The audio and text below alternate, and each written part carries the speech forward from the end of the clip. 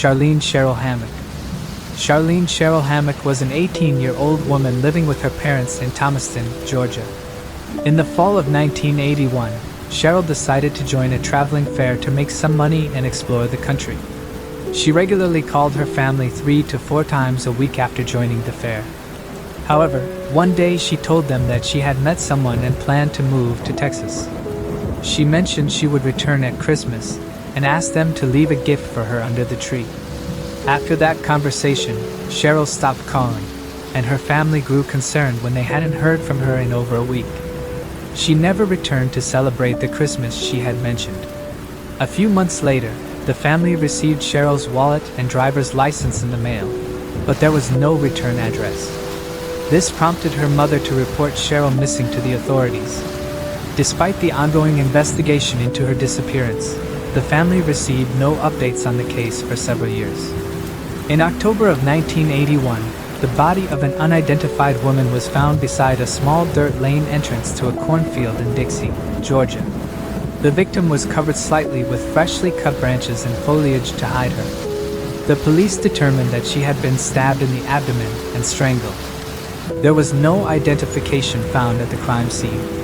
They determined that the victim was a young white woman, about 5 feet 2 inches tall, weighing about 8 pounds 105 with shoulder brown hair and hazel eyes. They estimated that she was somewhere between 18 and 24 years old. Without any leads as to the woman's identity, she was buried in a grave with a headstone which read, "Known only to God." She also had a forensic sketch, which the police drew during the investigation, carved into the slab. Soon, a witness told the police that a motorhome with Alabama license plates had been seen near the crime scene. Police found the motorhome and arrested a man named George Newsom. The motorhome was later found to be stolen from another state. Police searched the motorhome and found a rope that they believed matched the one which was used to strangle the young lady. They also found the knife that was used to murder her. Initially, George refused to cooperate with investigators and said he had nothing to do with the murder. About a week after his arrest, George escaped from the Brooks County Jail and remained a fugitive for 2 years. He was finally caught on January 13, 1983. Upon his recapture, he confessed to her murder but did not disclose her identity. George said that he had met the woman at a traveling fair in Tallahassee, Florida. He said that he had argued with her about another man and killed her in Quitman. He pleaded guilty and was sentenced to life in prison. He died on August 10, 1998 from natural causes, but he never disclosed the young woman's identity. The case went cold for 3 decades. The police tried everything to try and identify the woman, but to no avail. Then on Halloween in 2018, 37 years after her murder, the police received a tip from a woman named Kayla Bishop that the unidentified woman resembled her childhood friend, known to her as Cheryl Hammock. She told them that Cheryl had gone missing in 1981 after traveling with the fair. Kayla had seen the sketch on Facebook and reached out to the police with a tip. After following up on the lead, the police contacted Cheryl's surviving family members, including her mother and sisters. The details surrounding Cheryl's disappearance, as provided by her family, aligned with the investigation. The victim's body was exhumed, and an extensive DNA test was conducted over the course of more than a year, using samples provided by Cheryl's family. On January 9, 2020, the unidentified woman was officially confirmed to be Charlene Cheryl Hammock. The case, which had remained unsolved for 37 years, was finally closed, bringing much-needed closure to her family. Moving on to the next case. Daisy Mae Tallman. On November 26, 2008, skeletal remains of an unknown female were discovered just west of White Swan in Yakima County, Washington. The Yakima National Tribal Police and Yakima County Coroner's Office worked together to investigate the case, following all available leads. Although forensic DNA testing was attempted, the remains did not provide a usable DNA profile. With no leads left, the case went cold, and the woman was eventually referred to as the Yakima County Jane Doe. In 2022, with advancements in DNA technology, the Yakima County Coroner's Office partnered with Othram, a Texas-based laboratory, to utilize advanced DNA testing to identify the woman. The remains were sent to Othram, where scientists successfully extracted a usable DNA profile. The Washington State Attorney General's office funded Othram's DNA testing efforts. The laboratory employed forensic-grade genome sequencing to create a detailed DNA profile. Through an investigation by the Yakima County Coroner's Office, a familial reference DNA sample was provided, and Othram used familial testing to confirm the suspected relationship between the reference sample and the DNA profile of the unknown woman. This whole process finally led to the Yakima County Coroner's Office being able to announce that the Jane Doe is Daisy Mae Tallman on January 4, 2023. She was born on January 10, 1958. Daisy was staying with family in the White Swan area of the Yakima Indian Reservation at the time of her disappearance. Her keys and backpack were later found in the closed area of the reservation, known as Soda Springs. Daisy was a citizen of the Confederated Tribes and Bands of the Yakama Nation. Daisy was last seen on August 30th and was reported missing on October 29, 1987. She would have been 29 years old at the time she went missing. The Yakima County Coroner's Office offered their condolences to the family and friends of Daisy. Investigators are still trying to find out what happened after she disappeared that led to her body being found. Daisy's name is included among 16 other indigenous women whose bodies were found or declared missing from the Yakima Reservation between 1980 and 1992. Moving on to the next case. Daniel G. Garza Gonzalez. On March 13, 1973, a man's lifeless body was discovered by fishermen floating in the Saginaw River near Zilwaukee, Michigan. Autopsy results revealed that the man had been shot 7 times and had sustained blunt force trauma to the back of his head. The medical examiner believed he had been knocked down, shot, and discarded approximately 6 weeks before his body was found. With no further leads for detectives to follow, the man was buried as John Doe within a year. The case went cold until 2020, when the Michigan State Police Cold Case Team and their Missing Persons Coordination Unit decided to reopen the investigation. They exhumed the body for advanced DNA testing and sent the remains to the Michigan State University Department of Anthropology for re-examination. In late 2021, with the help of the nonprofit DNA Doe Project Inc., previously collected hair samples and a new bone sample from the John Doe were sent to Estrella Forensics in Santa Cruz, California, for forensic genetic genealogy. In 2022, a potential familial match was discovered, with the DNA Doe Project aiding in the connection. The match linked the remains to a family in Beeville, Texas. With the assistance of the Texas Rangers, the family was notified of the possible identification, and DNA reference samples were obtained from several relatives and sent to the FBI DNA lab for comparison. The FBI confirmed that the remains were those of Daniel G. Garza Gonzalez. He was 28 years old when his life was taken.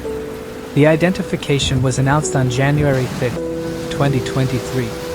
Daniel was a Vietnam War veteran who was wounded during the conflict. After returning to America, he left Fort Worth, Texas, hoping to find work in Flint, Michigan. His family never heard from him again.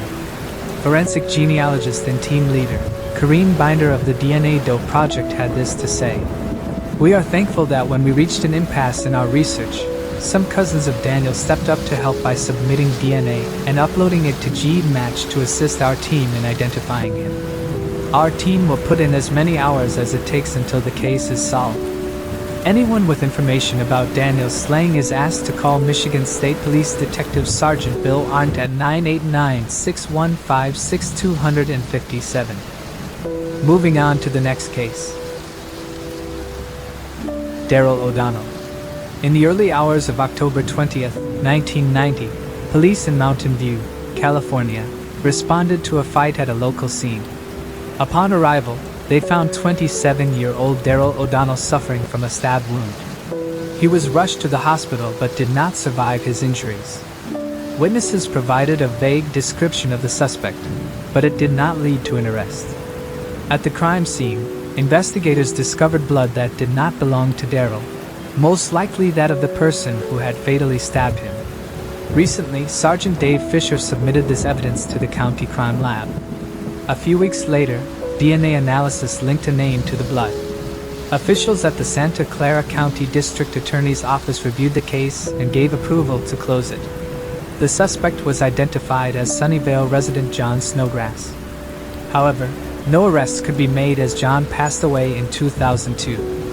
Lisa O'Donnell, Daryl's sister, expressed gratitude in a statement, thanking the Mountain View Police for bringing closure to the family. "It's just amazing to find out this news after so many years, and we are so thankful for answered prayers," she said. Daryl had a God-given gift of entertaining and talking to people, she added. He had a great sense of humor, and just loved making people laugh. He just loved life, and people loved being part of his life. Sergeant Dave Fisher, who had a very important part to play in the case being solved, now had this to say: "It always feels like there is one more chance, one more opportunity to try and solve a case. This is what we work towards every day in this unit. It is always a small comfort to be able to go and tell a family, finally." Moving on to the next case. Darylyn Johnson.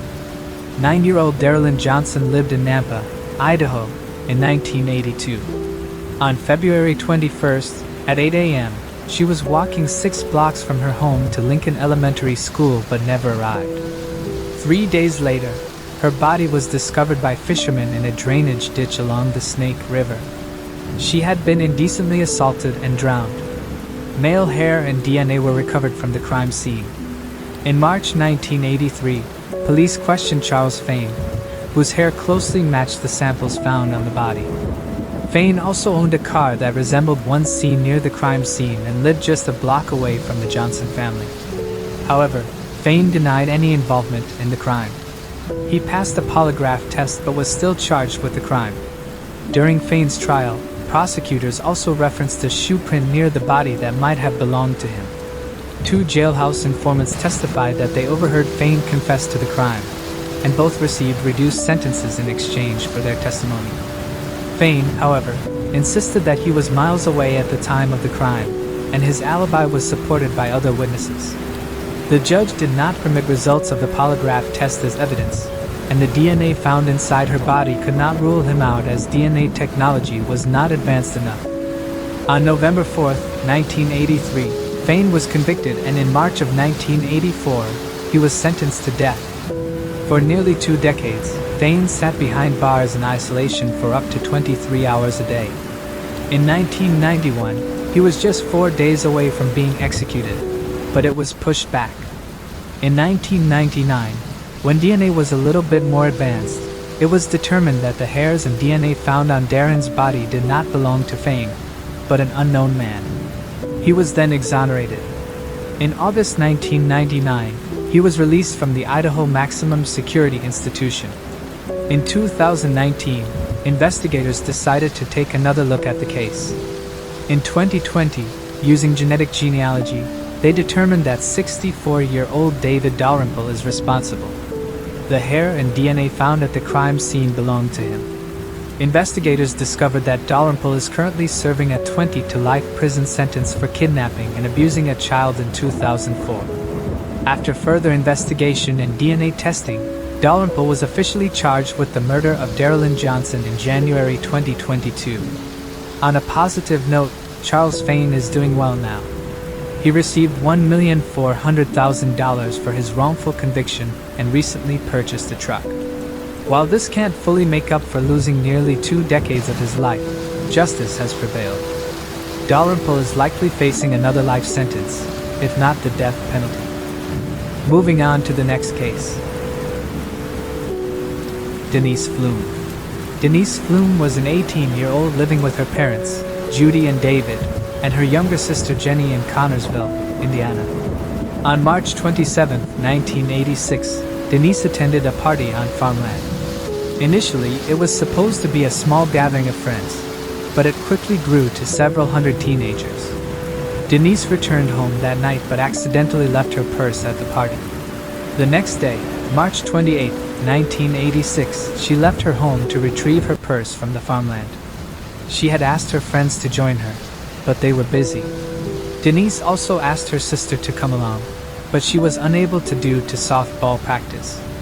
So, Denise decided to go alone. She left without carrying her identification, her contact lens case, or the cleaning solution. She never returned home. Her mother, Judy, later shared, "We're not sure why she didn't want to go alone. She was fearless ever since she was a child, so for her to be uncomfortable to go back to the side of the party is unnerving." Something wasn't right. The owner of the farmland said Denise never arrived at his property. A friend had reportedly seen her at 2 p.m. at the Fashion Bug store on 30th Street. Later that day, a distant cousin of Denise's who had gone to school with her returned her purse to Judy. When Denise did not arrive back home by that evening, her parents reported her missing.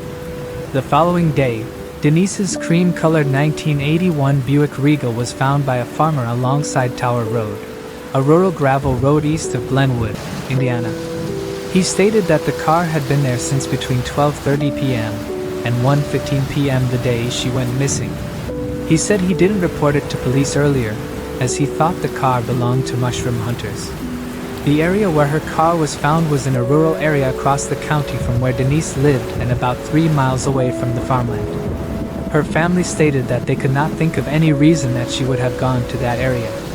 There was no indication that a struggle had taken place at the scene. Judy said that Denise had recently broken up with her boyfriend of 3 years and she was trying to be more social. The police carried out searches using K9 as well as helicopters, however, nothing would turn up. There were multiple suspects according to the police, but there was not enough evidence to charge anybody. Years passed without any progress in the case. However, in 2020, 34 years later, Sean M. McClung was arrested and charged with the voluntary manslaughter of Denise. Sean, Denise's ex-boyfriend of 3 years, had been questioned by police earlier, where he had claimed that Denise was still alive. More recently, he admitted to killing her. Sean pleaded not guilty during his court appearance, and his bond was set at $500,000. The cause of Denise's death remains unclear, and her body has never been found. The investigation into her homicide is still ongoing. Moving on to the next case. Sherry Christine Saunders. Sherry Christine Saunders, a 67-year-old woman from Norfolk, Virginia, set out on a long drive to visit family in Monroeville, Alabama, on August 4, 2018. The journey was expected to take around 12 to 13 hours, with Sherry anticipating her arrival on August 5th. However, she never made it to her destination. After her disappearance, a large-scale search involving law enforcement, volunteers, helicopters, and cadaver dogs was launched, but no trace of her was found. 9 days later, on August 13th, Sherry's car, a 2010 red Toyota Corolla, was discovered abandoned on a remote dirt road off Cannon Church Road in Conecuh County, Alabama, a few miles north of the Flomaton exit on I-65 and Highway 113. The last known sighting of Sherry was captured on CCTV at a gas station near exit 93 off I-95 in Evergreen, Alabama, at around 1 a.m. on August 5th. She was seen entering the station at 1:08 a.m. and leaving shortly after. Her credit card was used at the station, marking the last activity on her account. Her phone last pinged at around 3:36 a.m. off of a cell tower located behind Yellowhammer Travel Center off of Highway 113. There would be no more activity on her phone after that. Police searched her car but could not find any of her personal belongings that she was carrying with her. Her belongings included her phone, a tablet, a GPS device, and a 12-pack of Corona beer and snacks. Sherry had made that trip to Monroeville 4 times before, so she knew the route pretty well. Her family stated that she last called them on August 4th at 5:44 a.m. when she was 20 miles east of Columbia, South Carolina. They said that she was supposed to call again after exiting I-65 at Evergreen's exit 93 as she usually did, but she never called them on that day. Despite massive searches by the police, no sign of Sherry could be found. Then 2 years later, on December 6, 2020, skeletal remains would be found in Escambia County, Alabama. 4 months later, the skeletal remains were positively identified as belonging to Sherry Christine Saunders. She was a victim of homicide. Police have not reported any suspects nor a motive in this woman's death. The case is open and the investigation is still ongoing. Moving on to the next case. Vanessa Smallwood. Vanessa Smallwood, a 46-year-old woman from Burlington County, New Jersey, worked for a contractor at Philadelphia International Airport, but was on disability leave at the time. She was a mother to 3 adult sons and had a history of mental health challenges. On January 27, 2014, she and her husband visited a dry cleaning business on Henfield Road in Cherry Hill. Her husband went into the store while Vanessa waited in their 2005 Chrysler minivan. When her husband returned, Vanessa and the car were both missing. Later that day, authorities traced her phone to a location on Broad Street in Clayton, Gloucester. The police did not suspect foul play and assumed she had left on her own. There was no activity on her credit or debit cards. In 2020, divers with Walker Diving Underwater Construction were doing an inspection in the Salem River to check for obstructions in the water that would interfere with shipping when they discovered a vehicle. The vehicle was a Chrysler. Inside the car, the divers noted there was a female body. DNA testing was done and was confirmed, and the body belonged to Vanessa Smallwood. It is not known how Vanessa ended up in the water. Her family can now at least give her a proper burial. Moving on to the next case. Savannah Gold. 29-year-old Lee Roddock found himself at the center of an investigation following the disappearance of his girlfriend and co-worker, 21-year-old Savannah Gold. Savannah vanished without a trace on August 2, 2017. The focus quickly shifted to Lee when surveillance footage revealed Savannah getting into his car at 5:30 p.m. However, Lee was later seen driving away alone, marking the last known sighting of Savannah. This raised many questions about the situation. Had Savannah truly been with Lee that day, or was it just a coincidental encounter? And what really happened to Savannah? Born on April 26, 1996, Savannah Gold was a vibrant 21-year-old from Jacksonville, Florida. She grew up in the heart of the city and developed a strong passion for the arts. Savannah attended the La Villa School of the Arts and later continued her artistic journey at the Douglas Anderson School of the Arts. Despite receiving a scholarship to the prestigious Savannah College of Art and Design, Savannah made a selfless decision after high school. In 2017, when her mother was diagnosed with cancer, Savannah chose to forego her academic opportunity and instead became a strong support for her family.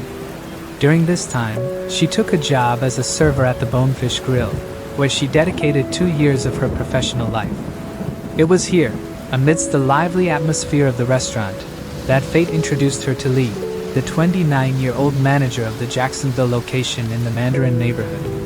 Lee, a Florida native with 5 years of restaurant experience, played an important role at the eatery. However, the situation took a surprising turn when Savannah and Lee's relationship extended beyond their professional interactions. Although Lee had been in a decade-long relationship with his girlfriend, Chelsea, he and Savannah began finding comfort in each other's company, a bond that ultimately led to Savannah's tragic end. On the evening of Tuesday, August 2, 2017, Savannah, wearing her work uniform consisting of black shoes, trousers, and a white chef jacket, left her parents' home for her shift at Bonefish Grill. She left around 5:15 p.m. Savannah's shift at the Bonefish Grill was supposed to start at 5:30 p.m., but she never arrived for work. An hour and 15 minutes after she left her parents' home, Savannah's father received a strange text message from her phone. The message read, "Hey, I just wanted to tell you and Mom, I met a really great guy, and we are running away together. I love him, and we are leaving tonight. I'll call you later when we get to where we are going." The message was odd, filled with spelling errors, and didn't sound like something Savannah would typically say. Shortly before this, a similar message had been sent to her brother, which read, "Hey, I quit. I'm leaving with my boyfriend. I can't do this anything probably meant as anymore. I'm fine, just want to get away. Savannah's family immediately noticed the similarities in the strange, inconsistent messages, which seemed entirely out of character for their daughter. This prompted immediate concern, as it seemed unlikely that Savannah would suddenly make such a drastic decision without informing her family properly. By this point, Savannah's family was certain that something was terribly wrong. They knew their daughter well enough to understand that she wouldn't just abandon her job and family, especially considering how she had previously turned down a scholarship to art school to care for her ailing mother. As concerns grew, the Bonefish Grill, where Savannah worked, also reached out to her parents after she failed to show up for her shift. Alarmed and realizing the gravity of the situation, Savannah's parents, Dan and Sherry, made the decision to contact law enforcement and report her missing. The situation became even more troubling when Savannah's car, a 2007 white Kia Spectra, was discovered abandoned in the restaurant parking lot. The car was unlocked, and inside, her purse and ID were untouched. Strangely, the front left tire, which had been replaced just the day before, had been slashed. With Savannah's phone going unanswered and her social media accounts silent, her parents and co-workers grew increasingly concerned, unable to make sense of these unsettling and mysterious circumstances. Desperate for answers, Savannah's family created a missing persons poster and distributed it throughout the area, hoping for any leads. At the same time, investigators began reviewing CCTV footage in the hope of uncovering crucial clues. One of the most significant pieces of footage came from the Bonefish Grill's parking lot, where Savannah was seen at 5:31 p.m. In the footage, she was seen getting out of her car and walking towards a co-worker's vehicle. They exchanged words through the rolled-down window, and just 14 minutes later, Savannah entered the co-worker's car. What followed was unsettling. The CCTV footage captured what appeared to be a violent struggle inside the car, with the doors opening and closing in what looked like a scuffle. Afterward, Lee, the co-worker, was seen exiting the vehicle and taking something from Savannah's car before slashing her tire. At 6:04 p.m., Lee left his vehicle, and Savannah was never seen exiting his car. The footage left investigators with more questions than answers, adding to the mystery of Savannah's sudden and disturbing disappearance. Right after Savannah's unexplained disappearance, on Wednesday, August 2, 2017, an officer was dispatched at 7:12 p.m. to investigate the missing person as reported by Gould's mother. Meanwhile, her family and friends also launched a desperate appeal for help. In the following days of that week, from Thursday to Saturday, they tirelessly sought assistance from the public, distributing flyers in the Mandarin area and using social media to share Savannah's photo. The community joined in the hope of unraveling the reasons surrounding Savannah's sudden disappearance. It was during this period of a heightened concern that law enforcement turned their attention to Lee, a figure so obviously connected to Savannah in the captured security footage. Now Lee wasn't a stranger. He was someone known to Savannah's close circle. According to Savannah's best friend, there had been multiple encounters between them, including dinners and time spent together outside work. However, the relationship between Savannah and Lee was far from straightforward and was described in online articles as both on-again off-again, an ex-partnership, an arrangement violating the company's employment policy. Savannah's mother, in an interview, disclosed that she was supposed to have a meeting with Lee, but he failed to show up. Coming back to a closer look at the crime scene, when the police arrived at the diner, the restaurant's employees were questioned, including the manager, Lee. Interestingly, during the initial searches for Savannah, Lee made a comment of not having met Savannah for 2 to 3 weeks, which was a statement that contradicted the video evidence. Lee, who was also later involved in distributing Savannah's missing persons flyers along with her family, was seemingly unaware that his actions on the day of the missing had been captured on surveillance cameras. Scrutinizing the footage revealed that a little while after Savannah was inside the Malibu, the car began to rock, indicating an ongoing struggle inside. The driver then came out of the vehicle, kicked the back door open 3 times before returning to the driver's seat. The car then drove away, leaving Savannah unaccounted for. Further investigation revealed that Lee owned a silver Chevy Malibu matching the one captured in the footage. Detectives promptly brought him in for questioning, where his initial denial of having seen Savannah in the recent past slowly crumbled. Lee admitted to lying and revealed a new narrative. During the subsequent interrogation, Lee shared his version of events regarding their relationship. He admitted to having been in a relationship with Savannah for approximately 8 months. Acknowledging that he had already had a girlfriend at the time they started the affair. Lee claimed that they bonded over their challenging backgrounds and their connection deepened over the February 1st to 3 months. However, he asserted that their association took a turn when Savannah began engaging in drug use. While he admitted to doing drugs with her a couple of times, Lee claimed that he distanced himself when her drug use escalated. According to him, he and his ex-girlfriend Chelsea started reconnecting while Savannah was still struggling with the drug addiction. Though not explicitly stated in the interrogation, the relationship between Lee and Savannah contributed to his breakup with Chelsea. Regarding his relationship with Savannah, Lee contended that Savannah's drug use was the primary reason for bringing an end to their time together. He claimed that after an overdose incident, Savannah got off drugs, appeared healthier, and they resumed texting. However, Lee maintained that he eventually broke off contact with Savannah and they mutually agreed not to communicate outside of work. Now the interrogation took a darker turn as Lee Rodarte described Savannah's alleged spreading of lies at their common workplace. He asserted that a few days before the incident, she was telling colleagues that they had hooked up recently, claiming an ongoing intimate relationship and asserting that Lee was still her boyfriend. According to Lee, these rumors were affecting his managerial position, and he expressed his concern about potential consequences to Savannah. This meeting unfolded in the Bonefish restaurant's parking lot on the evening of August 2nd, as Lee claimed. He contended that Savannah claimed to have just done and upon feeling paranoid, requested to sit in his car. Lee claimed that Savannah refused to cease spreading lies among their coworkers, prompting him to puncture her tire as a symbolic warning. According to Lee, he got out of his car, went towards Savannah's car, and stuck a knife into the front driver's side tire. He then returned to his car and demanded she stop spreading rumors. Now according to him, after he punctured her tire, Savannah got out of his car and entered a green mid-90s Ford pickup.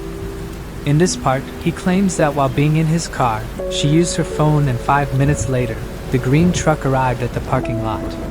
Savannah got into the truck, which then drove away. Lee claimed the windows were tinted, preventing him from identifying the driver so that he couldn't even figure out if it was a guy or a lady behind the wheel. This is exactly where the detectives found Lee's story puzzling, questioning why he hadn't mentioned the green truck in their initial conversation. Despite their efforts, Lee stuck to his claim of not knowing where Savannah was. The detectives then shocked him by revealing they had video evidence of the entire incident. They emphasized that Savannah never left Lee's car, contradicting his version of events. Lee, initially skeptical, eventually realized the gravity of the situation. Despite this, he continued to deny any knowledge of Savannah's whereabouts. Now here's where the detectives pointed out the inconsistencies in Lee's changing stories and urged him to tell the truth for Savannah's family's sake. They revealed that the surveillance footage they possessed also had captured a struggle in the back seat of Lee's car. The presence of the footage really shook Lee. He initially said Savannah tried to stab him, and he slapped her. He then admitted grabbing her to stop her from leaving, but claimed he later calmed down, and they left together. The detectives questioned the troubling nature of his actions, focusing on the seriousness of forcibly preventing Savannah from leaving. Despite his admission of having vigorously restrained her, Lee kept insisting that their conversation ended peacefully on that day. As the detectives pressed for an honest confession from Lee, they highlighted the act of him stopping Savannah from leaving, which again pointed out the inconsistencies in his evolving stories. Lee continuously shifting stories raised concerns about his credibility and sincerity in cooperating with the investigation. The detectives pressured him repeatedly over the importance of justice for Savannah Gold and her grieving family. And in the end, Lee admitted to killing Savannah, describing the violent encounter in his car. According to Lee's final confession, a heated argument in his car escalated into a struggle, resulting in the death of Savannah. As per his account, Savannah allegedly initiated physical contact by squeezing around his chest and neck. In an attempt to break free, Lee claimed he moved her hands away with brute force, mistakenly thinking they were around his shoulders. However, the situation took a horrifying turn when he heard a pop sound, later realizing it was Savannah's neck and thereby severing her spine. Despite the initial struggle, Lee asserted that he was merely trying to get Savannah to release her grip. But the surveillance video contradicted this claim and indicated Savannah's desperate attempts to escape. After the fatal incident, Lee also retrieved a makeup bag from Savannah's car, possibly in an attempt to later create the illusion that she had left with someone else. He then drove away, disposed of Savannah's phone, threw her clothes out of the car, and attempted to burn her body in his backyard fire pit. Being unsuccessful in his attempt to incinerate the body quickly, Lee resorted to burying Savannah in his backyard. The crime scene investigators later discovered gas cans and an empty bleach bottle at his residence.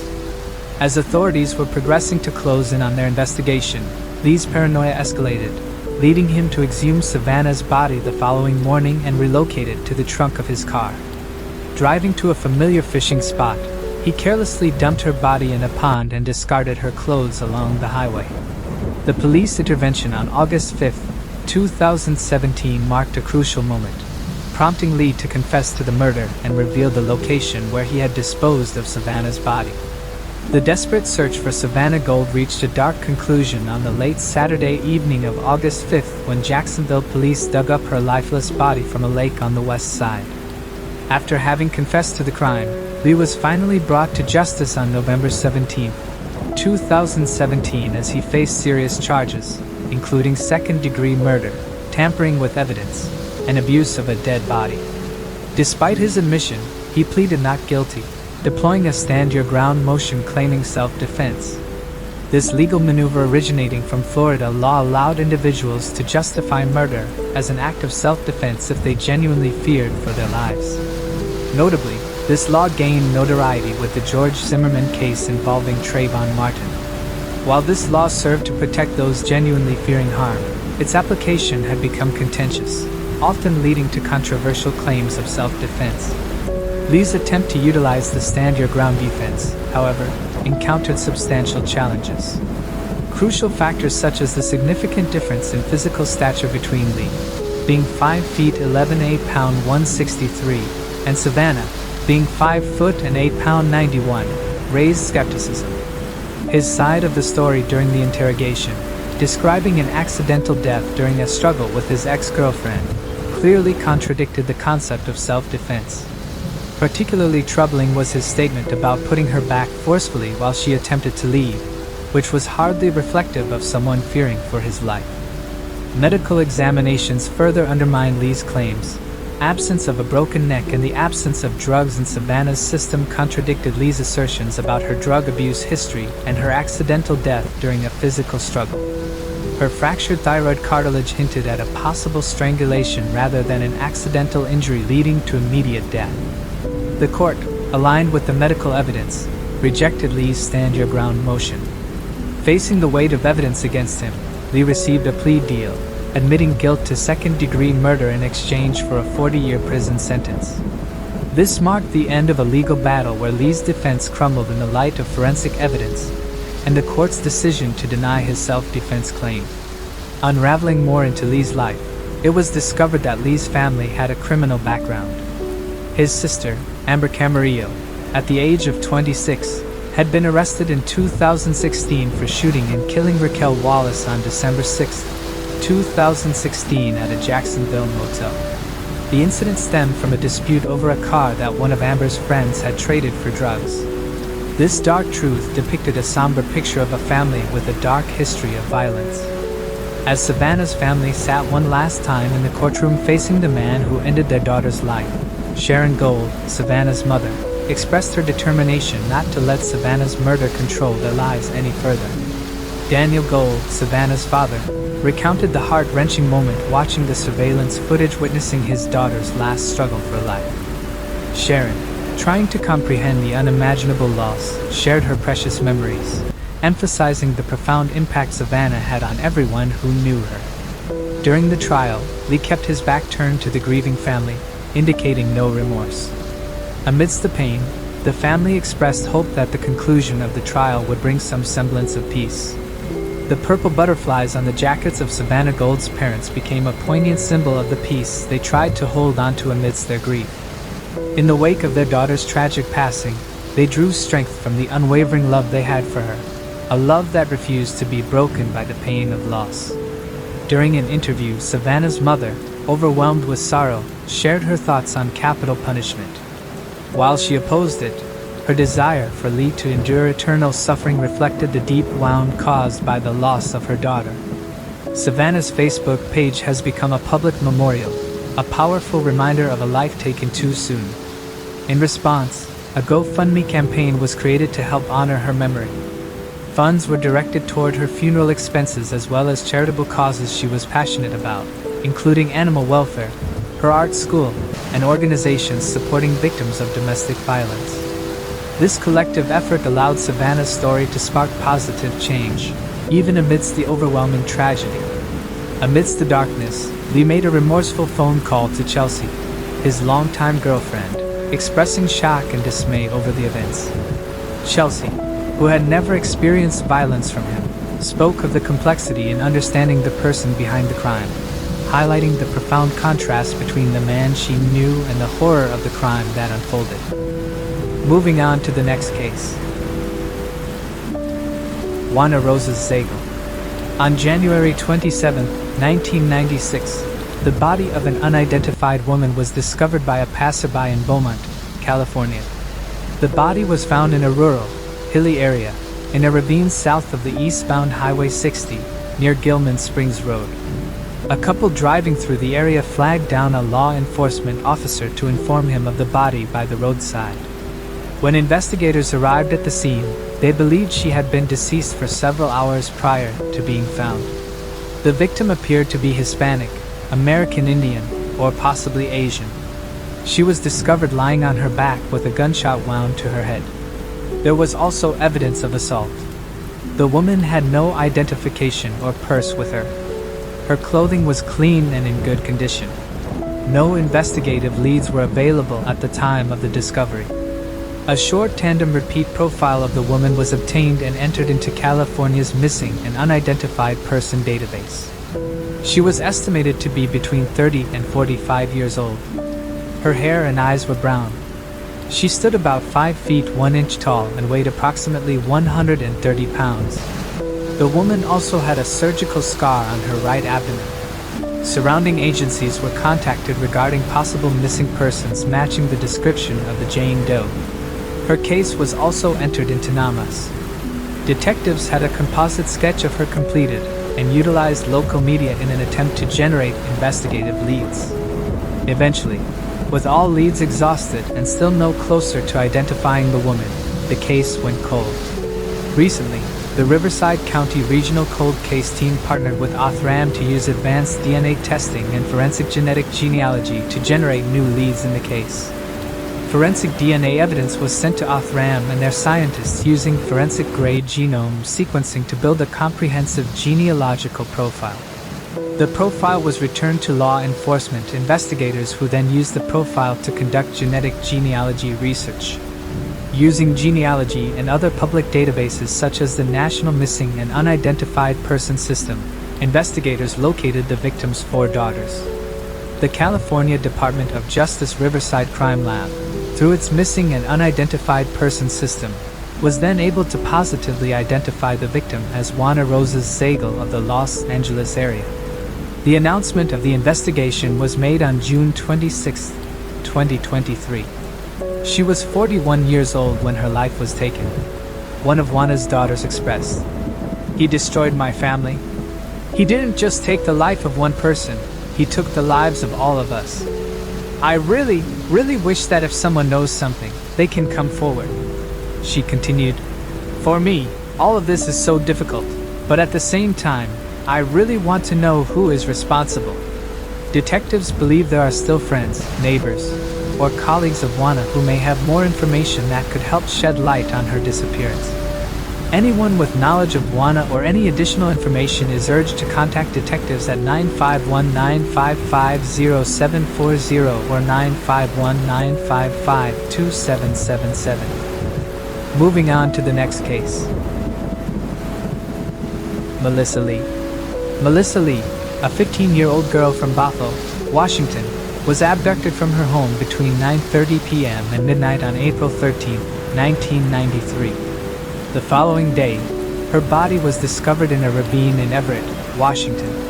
It was clear that she had been strangled and assaulted, but it remained unclear whether she knew the suspect or what led to her tragic death.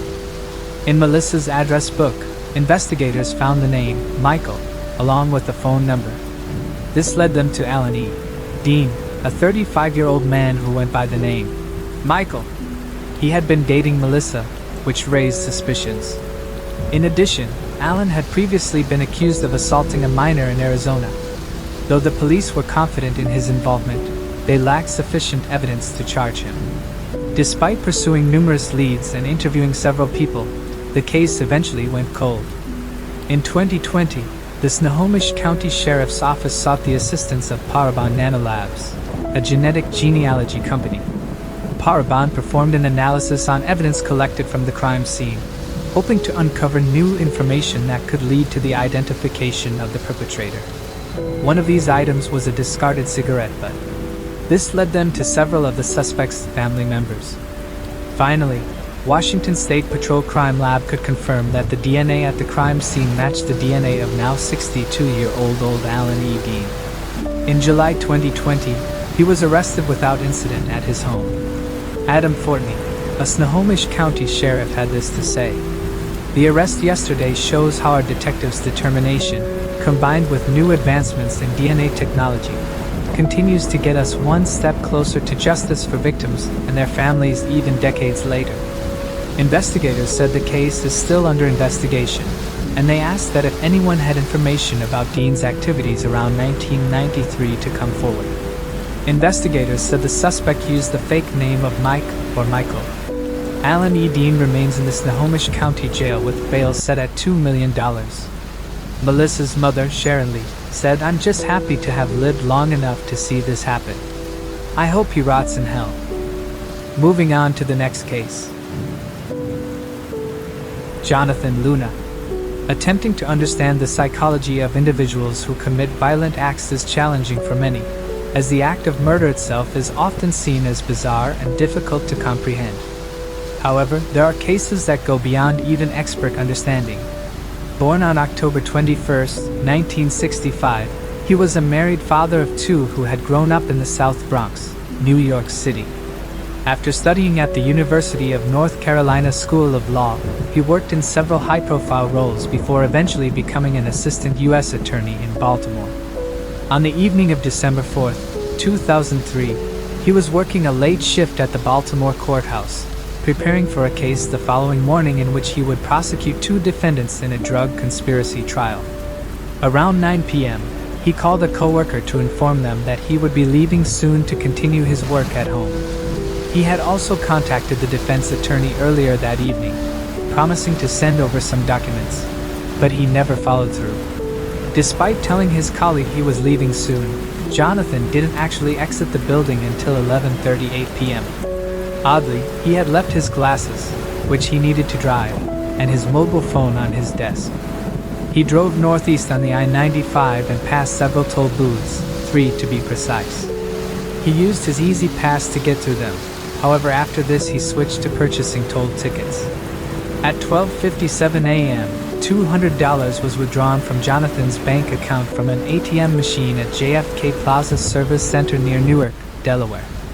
After this, Jonathan's electronic fingerprints shows him at 2:47 a.m. as he crossed the Delaware River toll bridge. And about half an hour later, activity on his debit card showed that he purchased gas at the King of Prussia Service Plaza. The last journey that Jonathan made was at 4:04 a.m. when his car exited the turnpike at the Reading-Lancaster interchange. A spot of blood was noticed on his toll booth tickets, and it was speculated that the 38-year-old had already been injured. At 5:30 a.m., Jonathan's car was found parked at 1439 Dry Tavern Road in Denver, Pennsylvania. A passerby noticed the car with its lights off and its front end in a creek. Blood was smeared on the driver's door and on the left section of the car whilst Jonathan was face down in the stream under the car engine. He still wore his suit and black overcoat. and his court ID was hanging around his neck. As authorities were called in and the gruesome scene of the death was investigated, more troubling information was found. There was a pool of blood in the car on the rear seat floor, and it was found that Jonathan Luna had been stabbed 36 times with his own pocket knife, with the wounds concentrated around his neck and chest. He had also incurred a head injury, although his final cause of death was ruled by several coroners as homicide by drowning. Despite the words of several experienced coroners, the FBI, who also looked into the case, determined that Jonathan had died by suicide, and strangely, they pushed for the medical examiners and the Lancaster County authorities to concur with this statement. The FBI argued that the wounds on Jonathan's hands were shallow and looks like hesitation wounds that one would find on the body of a suicide victim. They claimed he did not have substantial defense wounds. They suggest the motive for taking his own life centered around the fact that $36,000 had gone missing from a bank robbery case he had prosecuted, and that Jonathan was going to be facing a polygraph test in relation to this. They also said it was possible he had attempted to stage an abduction and attack to excuse him from inquiries or perhaps garner sympathy from investigators. However, local authorities and coroners dismissed these attempts at smearing Jonathan's name. One of the coroners in the case said that Jonathan's hands had been shredded by self-defense wounds, and any shallow wounds he'd received were likened to torture. Jonathan's throat had been slashed, and he had sustained wounds on his back. The blood in the back seat of the car suggested to police that he had been in the rear while somebody else was driving the vehicle. A second blood type was found in the car, as well as partial prints which did not belong to Jonathan. These have both yet to be linked to anyone, as suspects and motives in the case remain hard to determine. Grainy CCTV footage from near the time of the gas station purchase made with Jonathan's credit card was recovered, but doesn't seem to have provided any new leads. He was not seen on the camera, but several workers came forward to claim that they had seen him that night, and he'd appeared calm. The $200 that had been withdrawn littered his car and bills. Rumors began circulating as the mysterious case of Jonathan Luna made headlines, many of which tarnished the lawyer's reputation. Speculation arose about his strained relationship with his boss and claims that he was on the verge of being fired, though another U.S. attorney clarified that Jonathan's job was not in jeopardy. No substantial evidence was found to support the allegations that he was involved in the missing $36,000. An unusual detail that surfaced was that Jonathan's name appeared on either a dating website or was used to solicit sex from prostitutes. But it remained unclear whether Jonathan himself was involved or if someone else had simply used his name. The 38-year-old also accumulated $25,000 in debt, including $17,000 on credit cards, a fact his wife claimed to be unaware of. A reward of $100,000 is currently being offered for any information that leads to a conviction in the case. However, as of 2020, the investigation into Jonathan Luna's disappearance remains open and unsolved. Moving on to the next case. Tony Sharpless. Tony Lee Sharpless had a relatively normal upbringing. Born on December 27, 1979, in Downingtown, Pennsylvania. Her father passed away when she was just 6 years old, and her mother later remarried. At 17, Tony gave birth to her only child, a daughter.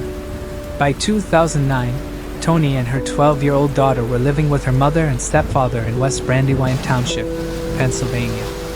Having graduated from Immaculata University 2 years earlier, Tony worked as an infectious disease nurse at Lancaster General Hospital. On the evening of August 23, 2009, at around 9:30 p.m., the 29-year-old left her home to meet a friend named Crystal Johns. The two had been friends since their teens but had recently reconnected after a 10-year estrangement. Tony's parents were worried about the outing, especially since she wasn't someone who often went out partying and preferred staying at home with her daughter. Though they were concerned, Tony's parents acknowledged that she hadn't had a night out in a long time and waved her out. After leaving home, Tony picked up Crystal, and the two women went to a nightclub called Ice, where they spent most of the evening. Around 2:57 a.m., Tony's daughter sent a text saying she couldn't sleep. Tony replied, telling her to get some rest and that she'd be home soon. Not long after, Tony and Crystal were invited to a house party at the home of a basketball player named Willie Green, who was staying in Penn Valley, Gladwin. However, just a few hours later, Tony began acting erratically and causing a disturbance at the party. She reportedly became upset with another guest, feeling as if people at the party were mocking her. In her frustration, she started kicking things and poured a bottle of champagne on the floor. As a result, both Tony and Crystal were asked to leave. Tony had worked a 12-hour shift earlier that day and had not slept for 36 hours. Due to Tony's significant drinking and the fact that she had attended rehab for a drink-driving incident in April 2009, Crystal attempted to take her keys in hopes of preventing her from driving home. However, Tony snatched the keys back, and the two drove a few blocks before a disagreement broke out. Crystal, concerned about Tony driving, argued with her, but Tony stopped the car and told Crystal to get out. Still crying and upset from the events at the party, Crystal left the car but thought Tony would eventually calm down and return for her. However, she didn't. About an hour later, Crystal called a relative to pick her up. Later that morning, Crystal called Tony's home and expressed her frustration to the family about being left stranded in the city with no way to get home. She also mentioned that she had some of Tony's belongings and would bring them over. It was then that she discovered Tony hadn't returned home, prompting Tony's mother, Donna Naval, to contact the police. About 2 weeks after Tony was last seen in September of 2009, an automatic license plate reader in Camden, New Jersey recorded a hit on Tony's license plate number. However, the captured image showed only the plate and not the person driving the vehicle. By the time the police were notified of this hit, several days had passed, and although authorities searched for the car, they were unable to locate it. Tony's mobile has never been recovered and was turned off at around 4 a.m. on the morning of her disappearance. Additionally, there has been no activity on her bank accounts or credit cards since she went missing. Crystal told authorities that Tony's car was low on gas and it was possible she ran out on her way home or went in a different direction to go and get some before she returned home. Since she vanished, there have been several sightings of Tony in Lancaster and Philadelphia, both in Pennsylvania and Camden, New Jersey. All of the sightings occurred in areas known for drug use and prostitution, but none of them have ever been confirmed. During the initial investigation, Tony's friends and family made and distributed flyers while the police put out a bulletin for her car. In October of 2009, Dollar hired a private investigator named Eileen Law to help track down her missing daughter. Eileen took the case for a symbolic fee of $1 in order to make it legal before subsequently setting up a hotline and website specifically for the case. Numerous tips were phoned in, and there were lots of witness sightings of either Tony or her vehicle in various locations, but none of them ever led investigators to the missing 29-year-old or even her car. One woman who came forward claimed to have seen an abandoned black sedan matching the description of Tony's vehicle in Camden under an overpass after crossing the Benjamin Franklin Bridge. This was around 1 o'clock in the morning after she finished her night shift job. Although she claims to have notified the police, the authorities have said they had no record of the call. This tip has fueled speculation that Tony's disappearance was connected with Camden. Her mother Donna said that Tony didn't have a great sense of direction, and she probably would have headed for the nearby Interstate 76 to get home. However, if she headed to the nearest entrance, it would have taken her eastbound, not westbound, which is what she would have needed to return home. The eastbound road would have taken her toward Camden and Philadelphia. Additionally, since Tony was short on gas and didn't have her ATM card, it has been suggested she might have had to rely on the help of strangers. Then, over 3 years after the 29-year-old went missing in December of 2012, the PI working on her case, Eileen Law, received a handwritten letter scribbled on yellow legal-size paper. It refers to Tony Sharpless, although notably Tony was spelled with a Y and not an I. The letter was postmarked November 29, 2012 in Trenton, New Jersey. The writer explained that they had attempted to give their information to the police in Philadelphia but were told it wasn't in their jurisdiction and thus were pointed in the direction of Eileen Law. The writer then claimed they were contacted by a friend at the end of September 2009 and were offered $5,000 to take a Pontiac Grand Prix, the same type of vehicle as Tony's from Brooklawn, a borough in Camden, New Jersey, to a chop shop in Boston. The writers said they were also told they could have the license plates, and were asked if they knew anyone in their late 20s who wanted a paper trip, offering a social security card to that person. The term paper trip, according to Eileen, refers to an attempt to create a new identity. It is a term that is mostly used by either law enforcement or criminals. As the letter writer needed money, they agreed to transport the car.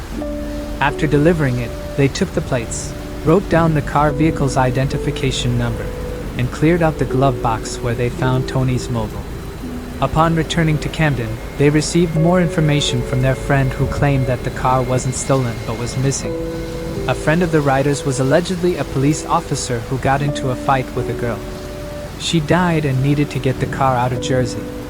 Afterwards, the writer had put the plates and social security number they had been given into a box before storing it away. But their daughter had recently rediscovered the belongings, prompting the writer to pen their anonymous letter. They included not only the vehicle's license plate number but also the last 5 digits of its identification number and Tony's phone number. Although Tony's license plate had been public information for quite some time, her phone number and VIN has never been made public, and the information contained in the letter was correct. It has been noted that anyone in law enforcement would have access to Tony's VIN, however.